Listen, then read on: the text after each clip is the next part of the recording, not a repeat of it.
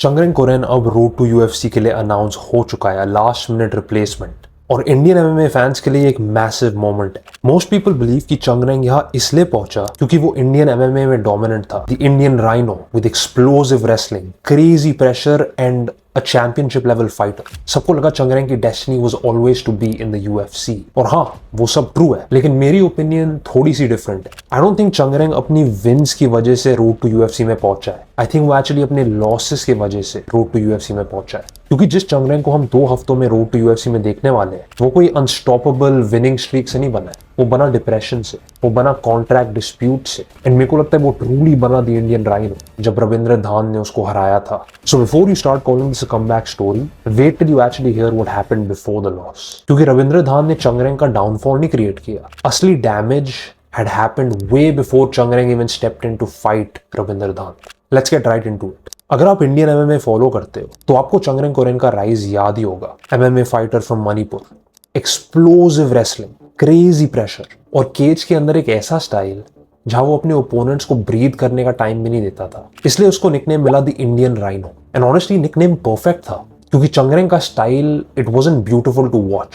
वो कुछ flashy striker नहीं था, ज्यादा टेक्निकली नहीं लड़ता था। वो एक ऐसा फाइटर था जो बस सीधा आपके ऊपर चढ़ जाता था, just like a rhino. Pressure, clinch, take down, ground and pound, repeat. और एमएफएन में जब तक वो विन कर रहा था, सारे फैंस को लगा कि ये अगला नेक्स्ट यूएफसी फाइटर है इंडिया से। हर फाइट के बाद चंगरेंग की हाइप ग्रो कर रही थी। हर फिनिश के बाद हम फैंस का बिलीफ और स्ट्रांग होते जा रहा था। और एक पॉइंट पे तो ऐसा लग रहा था कि इंडियन बैंटमवेट डिवीजन में चंगरेंग कोरेन को कोई नहीं रोक पाएगा। लेकिन यहां आती है एक प्रॉब्लम, एक बहुत डेंजरस प्रॉब्लम। क्योंकि जहां चंगरेंग जीते जा रहा था, I think he was winning too much and way too fast. क्योंकि जब आप हर ओपोनेंट को फिजिकली ओवर पावर कर रहे हो, आपको अपनी वीकनेसेस दिखनी बंद हो जाती है। आपको लगता है यार अगर प्रेशर काम कर रहा है तो मैं इसे बदलूं क्यों? अगर रेसलिंग से सब टूट रहे तो मैं अपनी स्ट्राइकिंग पे फोकस क्यों करूं? अगर एग्रेशन से फिनिशेस मिल रहे हैं तो मैं पेशेंस क्यों सीखूं? और यही प्रॉब्लम थी। चंगरेंग का कॉन्फिडेंस तो स्ट्रांग हो रहा था, लेकिन उसकी एमएमए गेम अभी तक इनकम्प्लीट थी। लेकिन फिर आता है वो मोमेंट जिसका हर इंडियन एमएमए फैन वेट कर रहा था।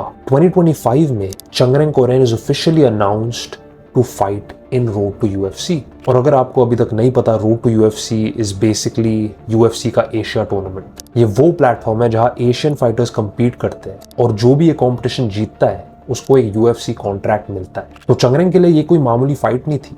This was his chance, his door to the UFC. यही वो सपना था जिसके लिए उसने अपनी पूरी लाइफ डिवोट कर दी थी। लेकिन यहाँ comes the biggest hurdle of his life.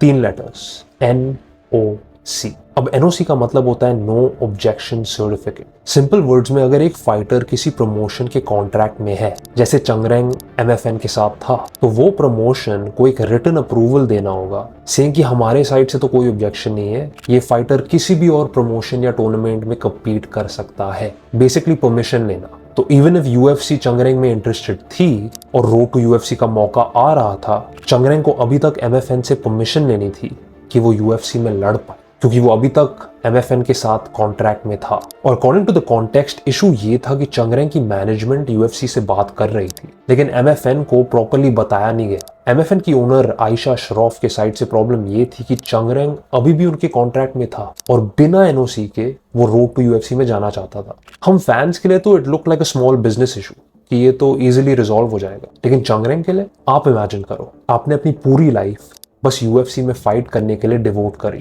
आप गरीबी से निकले, आप इंडियन एमएमए के टॉप फाइटर बनते हो, आपको लगता है फाइनली मेरे को ग्लोबल स्टेज पे एक चांस मिलने वाला है, और फिर आपको बोला जाता है नहीं, आप नहीं जा सकते। और इसलिए नहीं क्योंकि आप हार गए, इसलिए नहीं क्योंकि यूएफसी ने आपको बुलाया ही नहीं, इसीलिए क्योंकि कॉन्ट्रैक्ट के मुताबिक आप स्टक हो।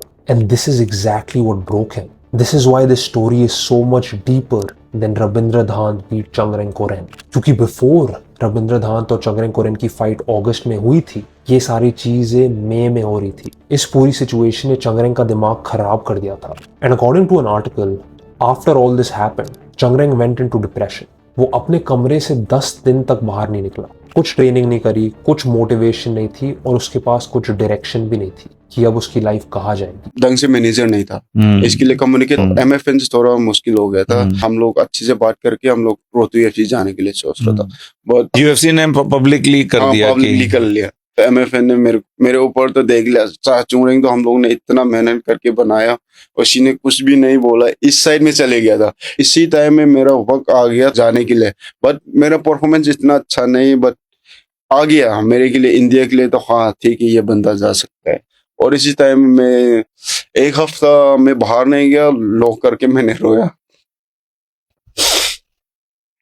मन था, मौका नहीं मिला था, और जाना तो नहीं मिला था। करना था, करने के लिए आ गया था, बट करने के लिए वक्त आ गया तब मैं कर नहीं सकता था। इसी के लिए मैं रोया, डिप्रेशन हो गया इसी टाइम में। और थोड़ा देर के बाद एमएफएन ने फिर से मेरे को फाइट दिया, और मैंने इसी फाइट को मैंने खुशी से नहीं लिया। And the craziest thing is, जब ये सब हो रहा था, MFN reaches out to him with the fight about Ravindra Dhant और कहती है कि अगस्त में आपको अपनी टाइटल डिफेंड करनी पड़ेगी against Nepal's top prospect Ravindra Dhant. अब यहाँ से स्टोरी और डार्क होती जाती है। रोड टू यूएफसी की अपॉर्चुनिटी तो चली गई, एंड मेंटली मैंने आपको ऑलरेडी बता दिया कि चंगरेंग कहाँ था। अब चंगरेंग के सामने चैलेंज है रविंद्र धांत, जहां उसको अपनी एमएफएन की बैंटम में टाइटल डिफेंड करनी है। अब देखो भाई, मोस्ट पीपल वो फाइट देखेंगे और बोलेंगे that loss ruined Chungreng Koren's career. I think the complete opposite. मेरे को लगता है that loss saved Chungreng's career, क्योंकि अगर चंगरेंग किसी तरह से वो फाइट उस रात जीत जाता तो फिर क्या होता? उसके पास सेम कॉन्फिडेंस होता, same pressure heavy style, same belief कि मैं किसी को भी अपनी रेसलिंग के साथ तोड़ सकता हूँ। और फिर इमेजिन करो कि वही वर्जन चंगरेंग का रोड टू यूएफसी में जाके लड़ता है इंटरनेशनल ओपोनेंट्स के अगेंस्ट। फाइटर्स जो स्ट्रांग भी है, टेक्निकल भी है, कंपोज्ड भी है, और एक 15 मिनट की पेस भी मेंटेन कर सकते हैं। I think it's far better कि Chungreng loses on Indian soil like that compared to losing on international soil. And honestly, I think sometimes a loss is the best thing for a fighter. You wake up after a loss. आप ज़्यादा motivated हो जाते हो. You get more energy. आपको अपने आप पर improve करने का एक और मौका मिलता है. Compared to being the champion and everyone telling you you are great. Sometimes we all need a failure in our lives just to get better, to get to the next level. I'm hoping कि अब जो चंगरेंग को हम देखेंगे in road to UFC, वो same fighter नहीं लगेगा। I hope कि ही is a lot more calmer, he is a lot more mature, especially after that loss. I am hoping कि that loss taught him a lot of things, क्योंकि उस fight में बहुत कुछ हुआ था। अब वो सिर्फ अग्रेशन पे रिलाई नहीं कर सकता। You are fighting world class fighters now, and this is why ये पूरी रोड टू यूएफसी स्टोरी इतनी इंटरेस्टिंग है, क्योंकि UFC isn't getting the championship level Chungreng Koren, they are getting a hungry Chungreng. They're getting the guy who's been through so much shit. They're getting a guy who's lost everything and now is coming back for everything. And this version of him could be way more dangerous than the last version. तो जब हम बोलते हैं कि चंगरेंग कोरेन UFC जा रहा है, ये सिर्फ कोई सक्सेस स्टोरी नहीं है, ये एक सर्वाइवल स्टोरी है. There were a shit ton of failures and things he went through before he could get this chance.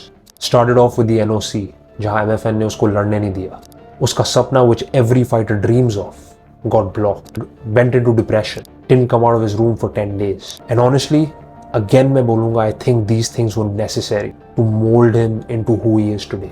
And I really hope हमें वो same aggression, वो hunger देखने को मिला जो हमें चंगरेंग के initial career में देखने को मिला था. I don't even care about the result of his fight. I care more about how he shows up. Is he better than last fight? क्या उसने रविंद्र धांत की फाइट से कुछ सीखा?